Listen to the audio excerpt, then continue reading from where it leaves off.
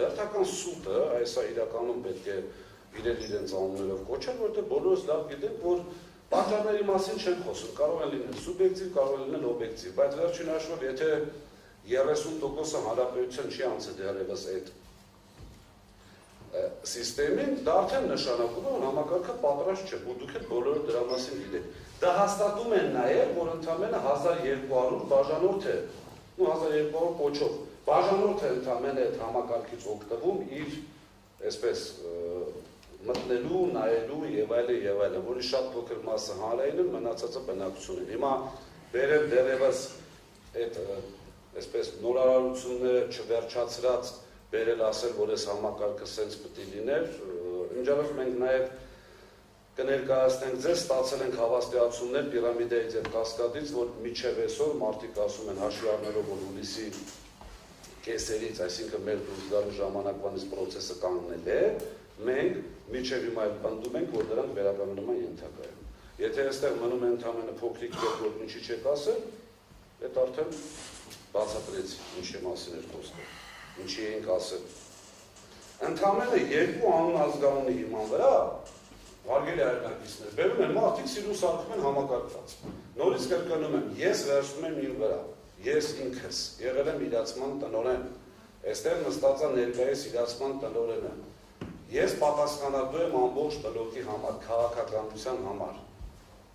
Երկու անուն ազգանուն է շեշտվել, ինչ որ մասնաճյուղի պետ տենցը հայտնի չդարձավ ով է մասնաճյուղի պետը, որտեղ այդպիսի հաստիկ չունենք, եւ երկրորդը Արտաշատ ցանցի պետ։ Ցանցի պետի տեղակալինը համակարգված համարելը արդեն այդ հանցագործություն չէ, արդեն այլ կարմիր գծեր է խախտում, որտեղ ունենք 53-55 ցանց, բնականաբար այդքան տեղակալ եւ այլն, արդեն կարելի է տեղամասի պետին էլ համարել։ Մի տեղամասի պետին է համարել ամբողջ հանրապետություն համակարգված։ Որպեսզի մեկ անգամ եւս ապահովեմ կառավարչի ցանկությունը թվերը ներկայացնելու եւ այսպես ամեն ինչը հաշվի առնելով, որ տկենը շատ անգրագետ եւ սխալ հաղորդում էր ներկայացրել, ամենատեղից ճգնաժամային ընդհանրապես կապ չունեցող կետերը պետք է լցվեն, բնականաբար բոլորով միասին լցվել են սխալ ինֆորմացիա, մեր մասած սխալ ինֆորմացիա ներկայացնում։ Օրինակ Սևանի Ես ներողություն եմ խնդրում հարգարժան նախագահող վարման կարգում մի դիտարկում։ Ես խնդրում եմ զեկուցողին կոռեկտության կոչ անել եւ զեկույցի ելույթի մեջ զերծ մնալ որակումներից, քաղաքական գնահատականներից եւ կոռեկտությունից դուրս արտահայտություններից, այլապես չգիտեմ ինչի կվերածվի։ Շնորհակալություն։ Պարոն կառավարիչ, նախարարությունը դուք երևի հասկացել եք, մի րոպե, չէ՞, բան ասում, նախ ելույթից ես Կամ մորանամ է։ Չէ, մորանամ։ Ես ինքս երևում եմ այն հաղորդակցության համբերված չսահմանափակելով բացարձակապես ձեր խոսքի ազատության իրավունքը եւ ժամանակը, բայց այնուամենայնիվ մինչեւ արդեն 30 քանի րոպե խոսում եք եւ բազմիցս